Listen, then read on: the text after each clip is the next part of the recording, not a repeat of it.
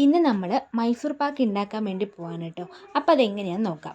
അതിനായിട്ട് ഒരു 1.5 കപ്പ് കടലമാവ് എടുത്ത് നമുക്ക് നന്നായിട്ട് വറുത്തെടുക്കണം. അതിൻ്റെ പച്ചമണം പോകുന്ന വരെ നന്നായിട്ട് വറുത്തെടുക്കണം. ഇതേ സമയം ഒരു 1.5 കപ്പ് പഞ്ചസാര എടുത്ത് നമുക്ക് പഞ്ചസാര പാനി തയ്യാറാക്കണം കേട്ടോ. ഇനി 1 കപ്പ് നെയ്യ് ഉരുക്കിയത് നമ്മുടെ കടലമാവിലോട്ട് ചേർക്കണം. 1 കപ്പ് തന്നെ വേണ്ടി വരില്ല. നമുക്ക് ആവശ്യത്തിനനുസരിച്ച് ഇളക്കി യോജിപ്പിച്ചിട്ട് വേണം നമുക്കതിൻ്റെ അളവ് മനസ്സിലാക്കാൻ. അധികം കട്ടിയൊന്നും ഇല്ലാതെ നന്നായിട്ട് മിക്സ് ആക്കി എടുക്കണം. ഏകദേശം ഒരു 5 മിനിറ്റോളം നന്നായിട്ട് ഇത് നമ്മൾ മിക്സ് ചെയ്യണം. അപ്പോഴേ കട്ടിയൊന്നും ഇല്ലാതെ നല്ല ഫൈനായിട്ട് ഒരു പേസ്റ്റായിട്ട് നമുക്ക് കിട്ടുള്ളൂ. ഇനി ഈ കടലമാവിൻ്റെയും നെയ്യിൻ്റെയും മിക്സ് നമുക്ക് പഞ്ചസാര പാനിയിലോട്ട് ആഡ് ചെയ്യും. ആ സമയത്ത് തന്നെ കട്ടിയാവാൻ തുടങ്ങും.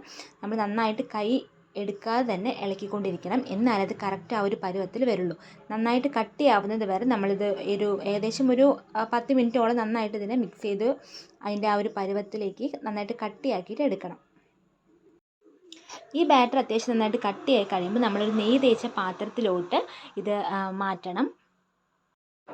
കുറച്ച് നേരം തണുക്കാനായിട്ട് വെക്കണം. പെട്ടെന്ന് തന്നെ ഇത് തണുത്ത് നന്നായിട്ട് സെറ്റായി വരും. ഒത്തിരി ഹാർഡാവുന്നതിന് മുമ്പ് തന്നെ നമ്മളിത് മൈസൂർ പാക്കിൻ്റെ ഷേപ്പായിട്ട് കറക്റ്റായിട്ട് മുറിച്ചെടുക്കാവുന്നതാണ്.